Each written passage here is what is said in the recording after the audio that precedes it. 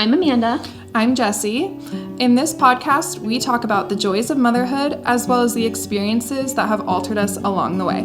We've created a safe space to talk about the hard and unconventional alongside the beauty, and we want you to feel confident in the decisions that you make as a mother. Welcome to the Motherhood Collective Co. Let's talk. Welcome back to the Motherhood Collective Co. We've got another book to chat about. Oh, yeah. Which I didn't have as many notes on this one. Well, I don't have the physical copy of this book, so. Yeah, that does make a big difference. It does, because I can't look through it and tell you what it says. But I did take notes because of book club, actually. Did you? I have one single note, and then I didn't take notes because I was listening to it when I was having a mental breakdown. So. Oh, no. Let's see. So we're talking about Take Back Your Family by Jefferson Bethke. And here's the recommended preview. Stop talking. Do you want to give like a summary about like what it's about? I feel like there's so many different parts that I don't know if I could summarize it very well. I feel like it was definitely written by a man because I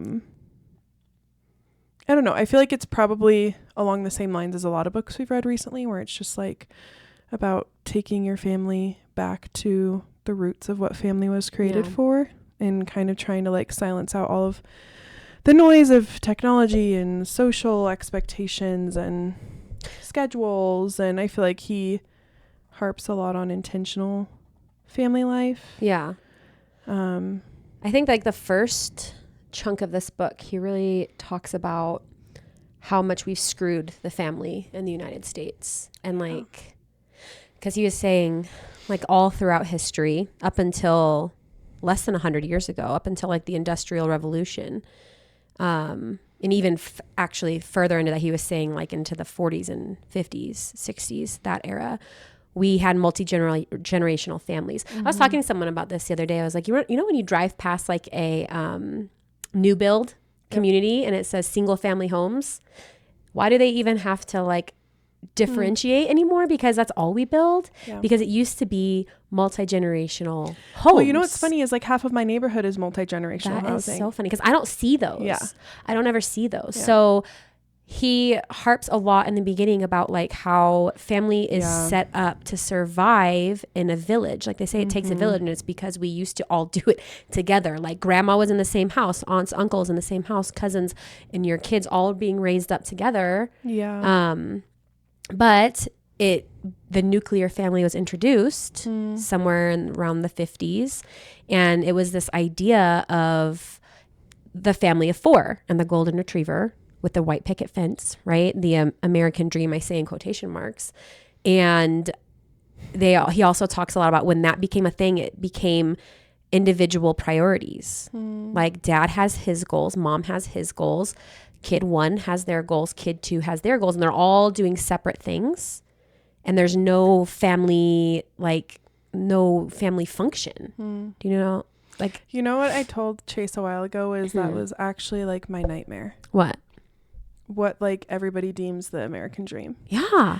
I told him, I'm like, the last thing I want is the white picket fence. Yeah. Where my kids grow up in a community where everybody looks like them, everybody talks like them, everybody thinks like them, like, and then we go to a church where everybody looks like us and thinks like us and talks like us, and then we go to a school that like I just really, really wanted to diversify our family and our lives. And I'm like, I think in one way, I think the entrepreneurship is a great segue into not really falling directly into that, because it's like, yes, while we get to stay home and our husbands have their own businesses, I do feel like there is a lot of freedom and nuances and diversity within even having your own business. But then even just like where we wanted to live, I was like, I want our neighborhood and our church to be diverse racially, socially, like religiously, like any kind of way possible. Like the last thing I want is the like suburban country club. Let's like impress people with what we have. Like I'm like, I want to be the family that gives more than we receive, that like just has more of an outward focus on things. There's just something like that makes me nauseous about it, right? Yeah. He talks about like one of his like fixes for that, because I don't know if America can fix the way we've isolated families. Yeah. I'm listening to a podcast right now, and she's talking about, and it's really good. Maybe I'll share it later. I'll definitely share it with you because it has been phenomenal. She's talking about how motherhood in generations, hundreds of generations of human beings, has never been done alone until about 70 years ago, which was like the 50s. And it became a thing that you did alone, and how isolating that is. And she's a therapist, so she talks about the mothers that she helps in therapy, and just how isolated they are, how alone they are. And that is how I felt really when I was seeking friendship, and I found you. And you and our podcast and the community that has come from that have honestly been the antidote to isolation. But something he was talking about is like a whole family of fighting the isolation is to have a family mission. Like, what is your family's, like, he also talks about like a common enemy. Like when you're on a sports team, you bond because you have a common enemy of whoever you're playing that day, whoever your rival is. So like, who's your family's common enemy? I would say for most people listening to this, probably Satan. But it can also be like your common enemy is, maybe it could be time. Like we're fighting against time, where we're being pulled in all directions, and we're going to fight for the time that we have together and make it like super intentional and count a lot. So I love that verse in the Bible that says we wrestle not against flesh and blood, but against powers and principalities and rulers of the darkness. But like Satan, exactly what you just said. It's like all of those things. I don't know. There's something very freeing, side note, about just like remembering that like people aren't your enemy, you know, because it's just the powers and principalities at work, the darkness. I really appreciated like his emphasis on growing together spiritually through prayer, having a mission statement, and focusing in on your goal. I feel like another verse I love in Proverbs, it says those without vision perish. People without a vision perish.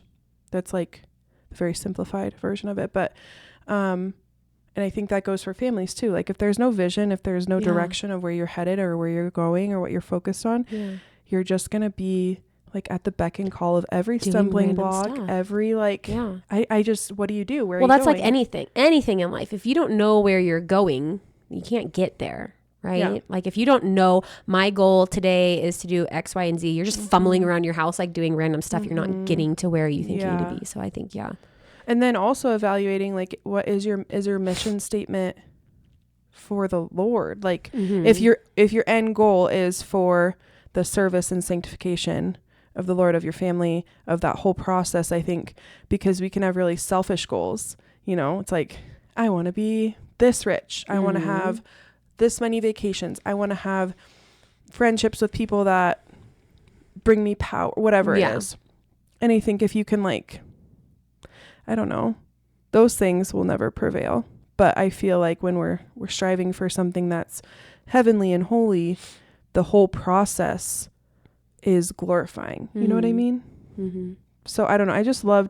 I love when men write books about family, because it just feels so redemptive to like the viewpoint of which most men I think fall into, or that are categorized by, or like stigmatized by, to have men who are taking the time to like actually process what they want for their families, and like can recognize that like money and business are just a means to an end, but like family is the highest calling. I just feel so like refreshed by that. You know, I just really appreciate. I don't think it's bad to like be a entrepreneur, to like have goals, but it's like the mission is the family. Exactly. If you're doing all of those things to support the family, then I think you're on the right track. But it is fun.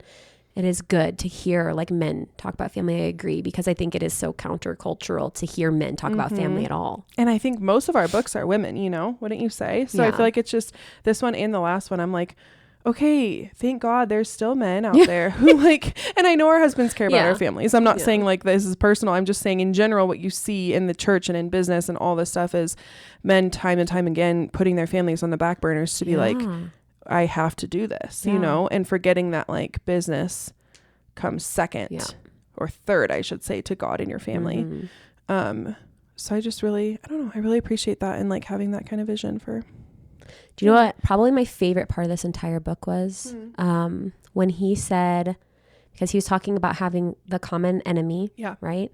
And then he was talking about how we don't do that anymore. We all have our individual goals. And he said, he was like, I absolutely do not believe that your teenagers hating you is normal. That was which so like, interesting. that terrifies me because I know a lot of parents of teenagers and like, oh, you just wait. Those toddler years are so easy. Like, teenagers hate you. They don't want to talk to you. And he was like, wait a second. That is actually not normal. And what happened with your teenager is that you guys didn't have a family team that was going against like a common enemy that was building in this one goal, this mission. So they became a team with their peers, and you are the common enemy. It's the teenagers versus the parents. So that just like gave me so much hope. And also like reminded us that the multi-generational family and all of these people coming together, like it's supposed to be this village, this tribe of people where it's like you're surrounded by family. Like you don't really have the same need to like go out and have all this stuff with your peers because one of the things I loved the most in the book was when he was talking about how he like ventured to was Israel? Why do I keep forgetting where he went? I don't know. I think it was Israel. I don't think that's right. Anyways, somewhere in the Middle East. And he was saying that there was like these like identity. Oh, he went to Jerusalem. Okay. And he was saying that like when kids come of age to like 12 or 13 or whatever, they will just have these like parties and celebrations of the whole family and everybody around them, like speaking identity into them. But he also said it's like a regular practice. Yeah. It's not just when this happens. It's like it happens all the time. Every week. Didn't he say every week? I don't remember exactly what was said about that. It was every week. It was a dinner or some kind of party or celebration every week. And like the kids were just so celebrated and poured into. It was almost this cultural like fun where there didn't seem to be a need for peer interactions because there was so much fun and so much happening in so many relationships within the family. And I just like, gosh, it got me thinking because I don't know. I don't feel like people want to be up close and involved in that way. I think America has ruined the family. It sucks because then it almost feels like what we probably are craving the most is this living, and this is why these books resonate.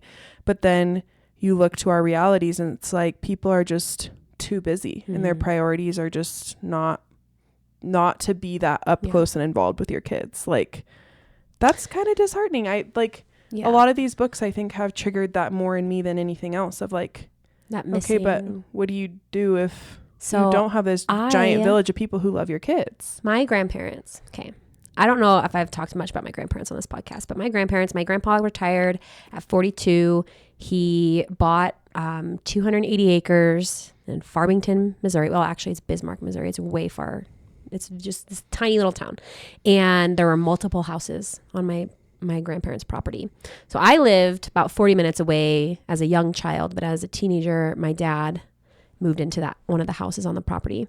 And like, even as a young kid, we were at my grandparents' house every weekend with my cousins, with my aunts, with my uncles. And if we weren't at that set of grandparents' farm, I was with my other grandma, with my cousins, with my aunts, with my uncles, with my great aunts, with my great great aunts, because my mom had me very young. So I had great great aunts.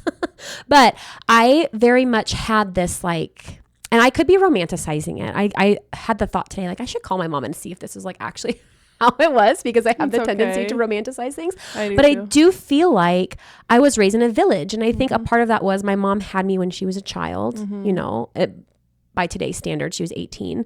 And she needed support and support was given to her. And then I feel like since I've moved away from my family, I have had this like hole because it is that. It's like I crave Noah growing up surrounded by people who love him. But I also think, and he said this a lot in the book, it doesn't have to be blood. Yeah. It can be your friends. It can be people that you've built deep relationships with that you know aren't going to just run when you have a bad day or when you have a bad year. They're going to be your family. You can raise your kids together. So I do think. And you like hope that they'll love your kids without having the blood. But part of me also is like, will that ever be on the same level? But then have you met my Aunt Paula? Yeah, and I have, and I feel like that. Yeah, and I think that you can have that. I just sometimes I don't know. Sometimes I just get a little stuck in my head versus the expectations of like what you kind of hoped things would look like and then the reality of what they do look like. And I was even texting someone recently and I was like, I just love when, I don't remember what it was about. I think it was like maybe regarding Ledger's birthday or something. And I was just like saying, reminding them like, thank you. It like means so much to show up. And cause she had like changed her plans to be at the birthday party. She was supposed to be out of town. She changed her flight, like all this stuff. And I was like, I just want you to know like how much that means to me for people to like show up for my kids and love them. And she was like, you have so many people who love your kids. Like, don't think that way, blah, blah. And I was like, I don't feel that way. I really don't. I feel like I have a few people who I know for sure, but it's not like I have like all these people swarming to show up for a birthday party or I don't know if it needs to be a lot because I don't know if I had like with the people who still keep up with me now from my childhood, it's my Aunt Debbie, my Aunt Paulette. You know what I mean? Like it's not a lot, but it's enough. Those two women carried me through all of my hard years with my mom.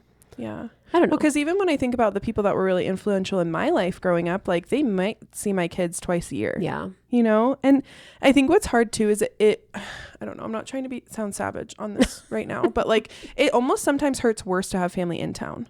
Yeah. Because it almost feels like the opportunity is there and it's not being taken. This is so, and I was telling you this, when we were reading this book, it was the first part where it does talk about the nuclear family. I was like so angry because I do feel like Brady's parents were the perfect nuclear family. They didn't live in state with anybody, right? It's just them. They moved here. There's no family in town. It's a dad who works, a mom who stays home. They had a golden retriever, 4 kids, very well off, like went to church every Sunday. They had the American dream. But I do think that because that was the life that was lived for their family, that's kind of the expectation of what my family's supposed to look like from his parents. Yeah, it's almost like how do you skip through all of these generations and be like, wait, I kind of want to go back to like how it used to be when all of the people that are kind of in our lives, like they didn't have that either. So it's like you're kind of asking for something that maybe they didn't even have. And so it's kind of feeling like it's hard, too much. And I think that maybe we won't get that and maybe we have to create it because I can do that with friendships, which is, I feel like I've done a little bit, at least with you here. But I do feel like the pressure is more like, how do I make sure that my daughter has this? I know. And my daughter-in-law, my future daughter-in-law, how do I make sure that they know that I want that? How do I, because if they don't have the example growing up, and that's kind of my biggest fear, because I feel like I did have an example growing up and that's why I want it, or maybe not, because maybe you didn't have that and you still want it. But how do I show Lily that this is what it's supposed to look like? Let's build this together. I think that's my biggest because then even like I feel like I'm being like totally maybe the realist, I don't know, but I'm also like how many people, like how many friends that we've met actually want this? I don't know, maybe we haven't put ourselves in a situation where we're having a deep enough connection to ask them. I feel like I don't know, I feel like I'm genuinely trying but it also feels like I don't know that people actually want to show up when it's inconvenient, when it's hard, when there's a mess, when there's chaos, when it's not planned 2 months in advance, or even if it is, like, it just seems like that's so hard for people in general. And like, you're asking too much is what it feels like, to be like, hey, can people show up consistently, or can we like build something worth having? Or, I don't know. Like, I'm just like, I don't know where really to turn, because it feels like that I don't know if people really don't care about that or want that, or if they're just fine with their little family of 4 or whatever it is, or if it's not as big of a desire for some people. I don't know. One, you should just ask people.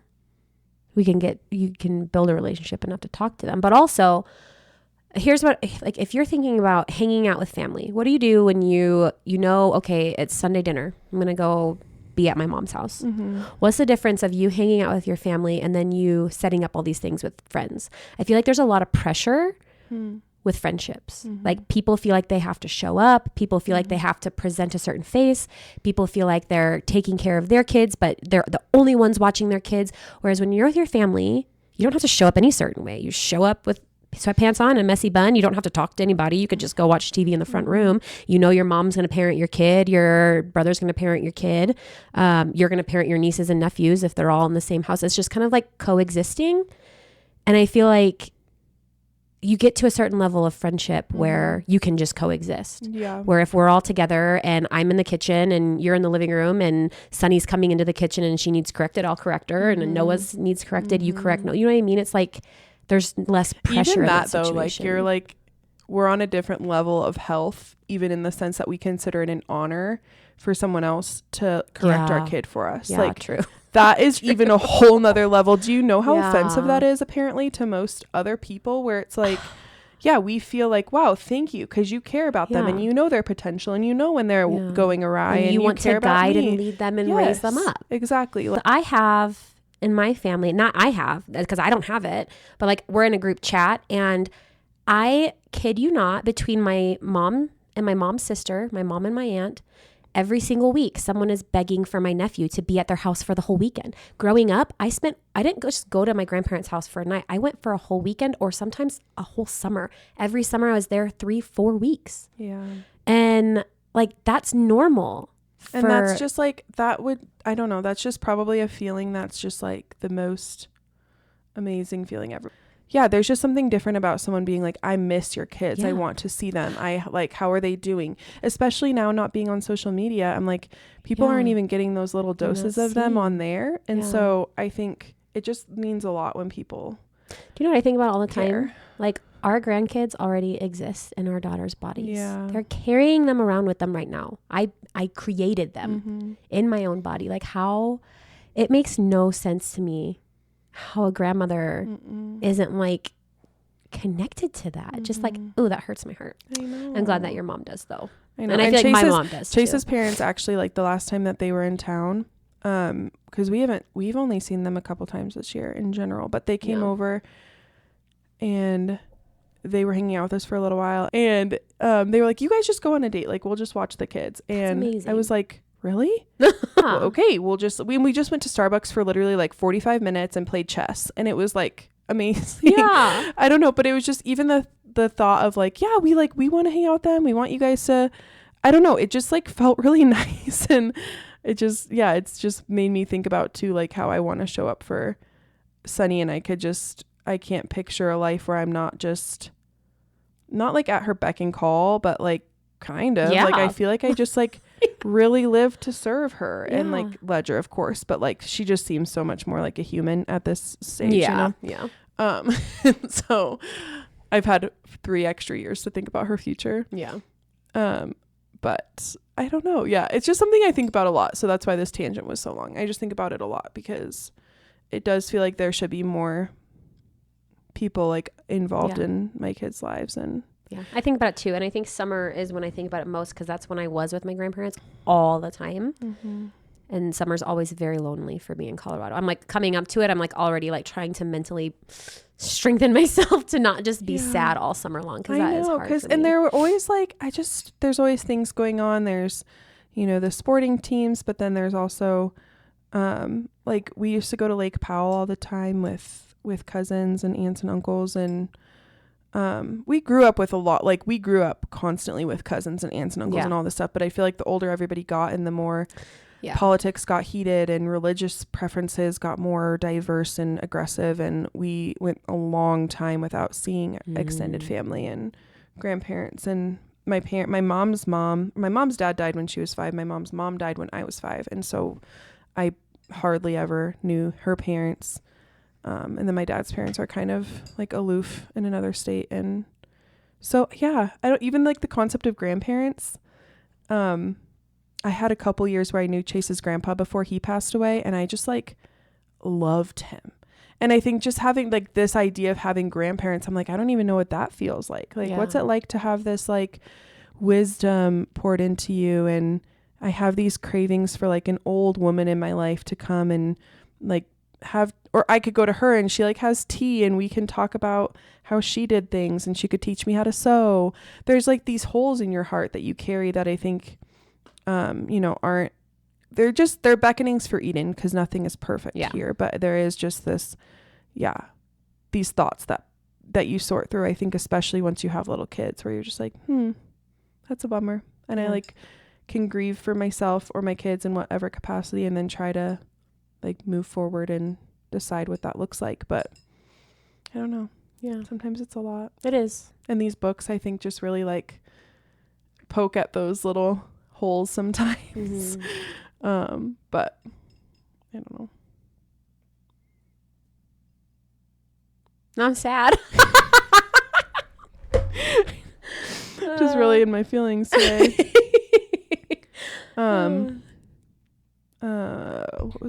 One of changing subjects. Is this not even charging? What in the world? Oh, it's not plugged in all the way. No. Oh, there we go.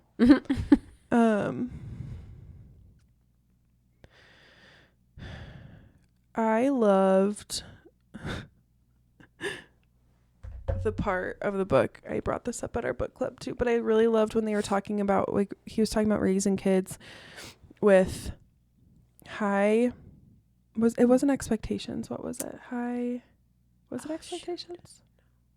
High needs, it was, I think I'll just say high expectation or high demand. There you go. So he was saying that when you are raising kids and you have this category of demand and then this category of support, and a lot of times if there are families where there's a really high demand and really low support, you breed these like perfectionistic humans who are afraid to make mistakes, and they are like overachievers to a fault and all this kind of stuff.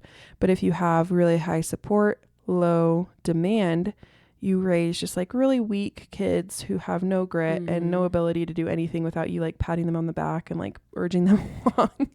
And so he said the sweet spot is just like the high demand, high support.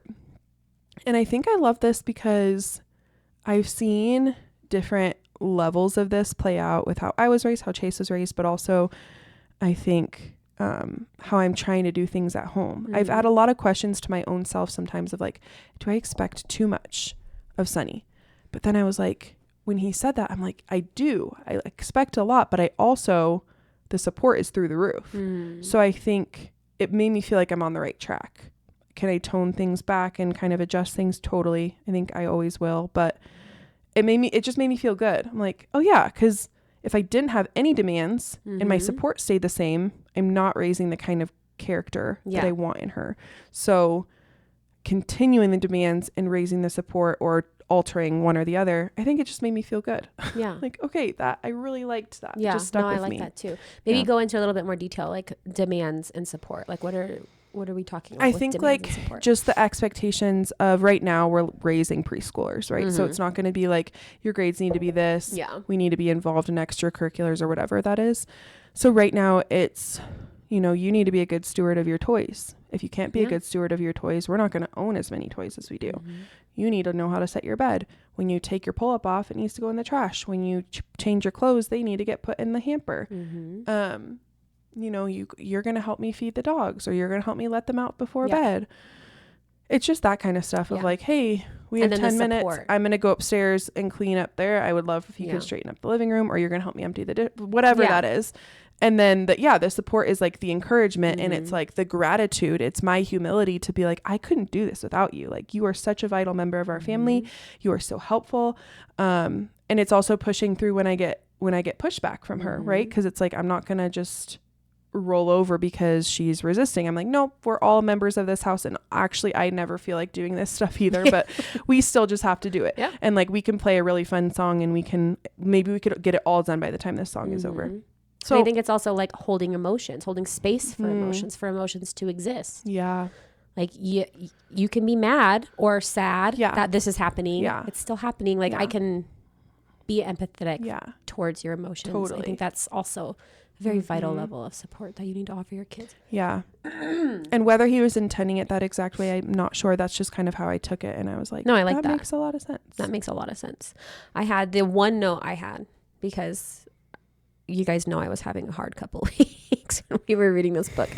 Where did it go? I'm glad you finished it though. And if anyone goes and reads this book, like, just know the end is like so much better. I do feel like the beginning was disheartening for me because I was already kind of sad when I was reading it. Yeah. And it was like, it was painting this picture of something I wanted that I don't know if I can have, which was hard. But yes, when he got to the end, there was like so much action that you can be taking. But something that he said, maybe in the middle of the book, he said, worship doesn't mean singing with our mouths. It doesn't mean going to church once a week, throwing your hands in the air and singing loud songs. It's working towards the goal of building Eden and being his image in what we do. And he says that is like in Genesis. And then he says motherhood and its daily acts can be worship. Well, he said parenthood, but I love this in the terms of doing things like as a family. So everything that you do, if it's little acts of worship, that's like true worship. And I love that. If you're doing all things in the honor of God, I just thought that was so beautiful. So like you don't have to be singing loud songs. And then he said singing loud songs. I keep saying that because that was what he said. It's not singing loud on Sundays. And that's like the quote that he used. You can sing loud songs on Sunday. That's totally fine. I sing loud songs on Sunday. But yeah, no, I know. That's just like what he said. So, but I really liked that little quote because it made me feel good. Like, oh, everything I'm doing in motherhood, I'm doing it well, and I'm doing it to be a good daughter of God. And that's great. Yeah. I know. I think that there's this beauty in, at least when you're stepping back from social media, at least where I'm at right now, where I don't know. I think there's this like joy in being able to share with people what you're doing, because it's almost gratifying of like, hey, I worked really hard on this dinner. I want to like post it online. It's really pretty. And I think it's, just did that. yeah, I think it's like, I think it's pretty and I think it's pure, but then I think there's something like so much more pure where I used to, before I got off social media, I was posting like almost all my kids' meals because I'm like, oh, they're just really like colorful and beautiful and I'm like working really hard on them. And something I've loved is that even though I'm not on social media anymore, I'm still taking pictures of every single one of their meals because I'm just like, I just love that I'm doing this. And Chase asked me the other night, he's like, why do you take pictures of their meals? Who do you send those to? I was like, no one. He's like, and you don't even have social media. I'm like, I know. I just like, it brings me just a lot of joy and purpose. Yeah. And I know that there's this like purity in that I'm just literally doing it for me and the Lord. It's like this secret, quiet, that verse I love that was in the other book we read right before this, that was like, make it a point to live a quiet life. I've just really been contemplating that. I'm like, what does that mean? Yeah. That means that even if like not a single person knows what I worked so hard on that day in my home with my kids, with the realm of food, in whatever ways, like if God is the only one and I hit my pillow that night and I can like maybe fill my husband in on a fourth of it and he's like singing my praises, it doesn't matter. Like God knows. And when that's enough for you, there's like so much peace. There's so much peace because I'm not striving to wonder, did so-and-so see this? Does so-and-so think I'm enough? Did I get this, comment that made me feel like I was a good mom? Did I get this person? Like, it's like, no. Yeah. It's almost like you cut that off. So you're only getting it from God. And that's the truest like source of fulfillment, No, I love that. I love that. I don't know if I have very many other thoughts though. It's okay. Because I don't. It was kind of short too. It was like 4 hours. Yeah. I know. I love how we're always just like, this is how many hours it was. One of our books was like 10 and I was like, whoa, that's a lot for a nonfiction book. Yeah. That is a lot for a nonfiction book. Yeah. If I see anything under 5, I'm like, psh, I got this. Sorry. I was just going to In fact, what's our next one? I actually don't know. We should probably talk about that real quick. I did start it. Let me look on my. Did you? Hunt, Gather, Parent. Hunt, Gather, Parent. What is it about? That is 10 hours long. Oh, that's the one. So everybody get a head start on that one. Hunt, Gather, Parent. Who's it by? I have no idea how to pronounce it. Micheline Duclef, maybe. Hunt. And I was actually surprised because for some reason, and I think I'm already an hour and a half into it, so I still have 10 hours. Hunt, Gather, Parent, what ancient cultures can teach us about the lost art of raising happy, helpful little humans. Ooh, I'm really excited about this. Bye. Yeah. Okay, well, we'll be back sometime next month with this. I feel like it's always good to do maybe this recording after book club. Wait, you don't want to record till next month? No, I'm saying next month we'll talk about this book. Okay, yeah. We will definitely be recording next week. Not surprising to me. I'm usually the one that's like, oh yeah, we could skip this week. Amanda's like, no, we need to record every week. And I'm like, okay, fine. She's the reason this is the way that it is, you guys. I hope you know that. Amanda works hard for all of this to happen. Thanks. I love this, but I could have never been as consistent as you are with the posting and everything. Consistency is something that is very important to me. She has like a schedule with when she record or when you, what do you do? Cut the reels, edit all the things. Yeah. And what I love too is like she sends me all the audio and she's like, tell me if you want anything taken out, blah, blah, blah. And like even this past week I realized I'm like, I totally missed that. Well, it still got posted. I'm like, she's amazing. I'm like, I didn't even get back to you on that. Consistency is my love language. It's so good. It's so good. We balance each other out so well. We do. All right. We will see you guys next week.